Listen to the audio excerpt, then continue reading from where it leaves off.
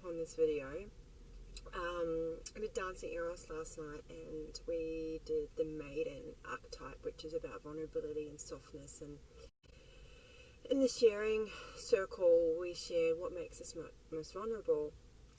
And the thing that actually makes me most vulnerable is the fear of being made wrong, the fear of saying something wrong, the fear of, that I'm going to be condemned and I'm going to say something that's going to, just be made wrong, and which probably seems a bit crazy considering how boldly I speak on Facebook. But what I wanted to really address here, which is really interesting, is like there's this big part of me that doesn't believe in right and wrong. Like, I believe in point of view, and that everyone actually simply has a different point of view from our past experience, from our childhood, from what we've learned, from teachers. And this point of view is always changing. And particularly like with the twin flame stuff, if you asked me 5 years ago what I believed about twin flames, it is completely different to what I believe now, like so different. And I can bet you in a year's time, I'll probably believe something different. Although what I believe now is what I've been believing for the last couple of years. And so what I'm about to share is really just my point of view. This is my point of view from my experiences. It's also what I teach, and I trust that the people that need to hear it will hear it and resonate to it. And so with anything that I share, just take what you need. Take the gold. And be like, yeah, that resonates for me, but I'm not feeling that. And maybe you might not feel it today, and maybe you not feel it in a few months, but maybe in a year's time, you might click and go, that's what EJ was talking about. That makes sense. And so I encourage people to be in a place of curiosity. Like, be curious about, that's really interesting.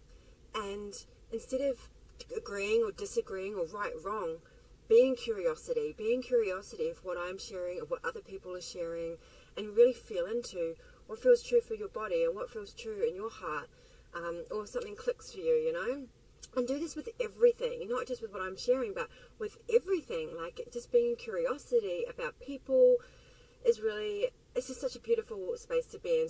And it's a constant practice. I'm constantly having to drop into like the space of point of view, like, that's a point of view, that's an interesting point. So but I just wanted to address my vulnerability around that, and I know that not everyone's going to agree with what I have to say, and that's okay. Like, I'm here to just share from my experience and what I teach, and trust that the people that need to hear it will hear it and get what they need from it.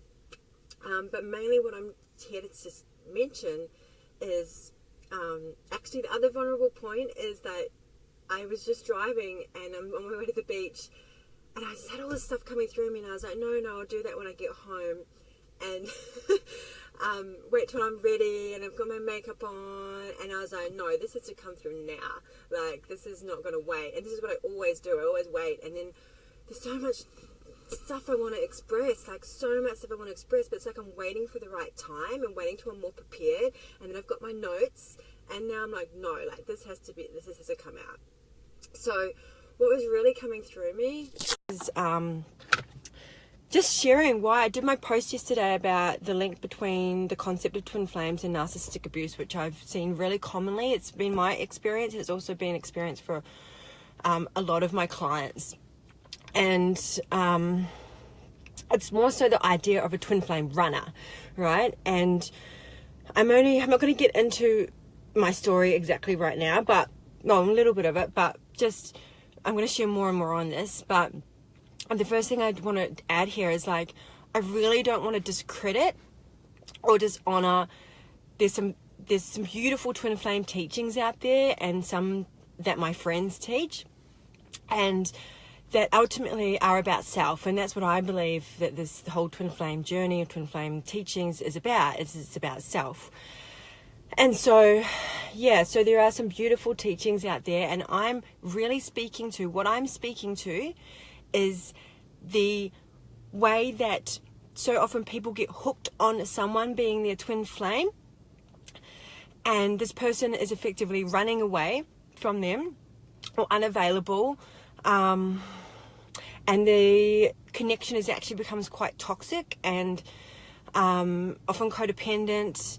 It may be abusive. There may be narcissistic abuse in there, which is experience that I've had, which I don't see myself as a victim of that experience. I see myself as not even a survivor, or I am a survivor, but a thriver from that, because it is because of those experiences that I've been able to heal myself, heal my wounds around why I attracted that, and actually show up and now help other women who've been through abuse, which is one of my greatest passions, is helping women who've experienced abuse to heal and really keep their hearts open to love, and be able to be in healthy relationships. But it first starts with self, right? It always starts with self first, healthy relationship with self. Ultimately, what I teach is not about helping you to have a soulmate or meet a twin flame or be with a twin flame or, have a relationship with someone else. My teaching is about relationship with self, and this is what I embody, and this is what my integrity is about having a beautiful, healthy relationship with self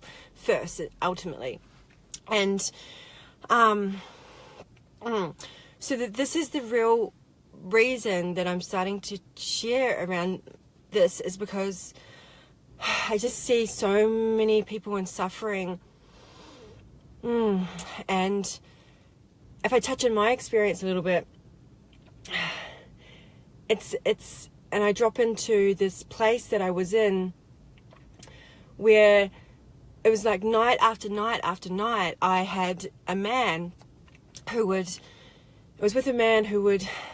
sit on top of me and hold me down and pin me down and slap me and spit on me and choke me and suffocate and shake me and threaten to hang me and just get on the phone to other women and tell them stories about me and say that I'm the abusive one, and just all this kind of behavior that was abusive behavior. And at the start of that connection, the first night I met this guy, not the first night I met him, but the second time we hung out together, he told me I was his twin flame, I was his twin soul, and that he'd been waiting for me his whole life. Or, no, the words were, I've missed you since our last life together. And to me at that moment, I was like, oh, wow. Like, it was like, wow, like, that's so beautiful. And I remember I told some of my friends, and like, oh, that's so beautiful. And this was a hook. This was this hook to get me in. And within a week, 2 weeks, he told me he'd fallen in love with me. And I was like, oh, I'm not ready, rah, rah, rah. And then I did end up deciding to be with him. And this was a 9-month relationship. And I just became a shadow of my former self. And I was very spiritual. And I'd spent 2 years healing myself, using, cleansing my chakras and working with the angels and doing all this kind of spiritual work on myself. And so when this guy came in, I was like, oh, I'm just healed and I love myself. So this must be the guy. And I'd gone to see the psychics that had also talked about this guy coming in and described him perfectly, and that he was the one, and all this kind of stuff. And first of all, let you know here, like, I'm an angelic Reiki practitioner. I'm very spiritual. I work with the angelic realm. I'm an angel intuitive. I'm a psychic. So I love all the spiritual stuff.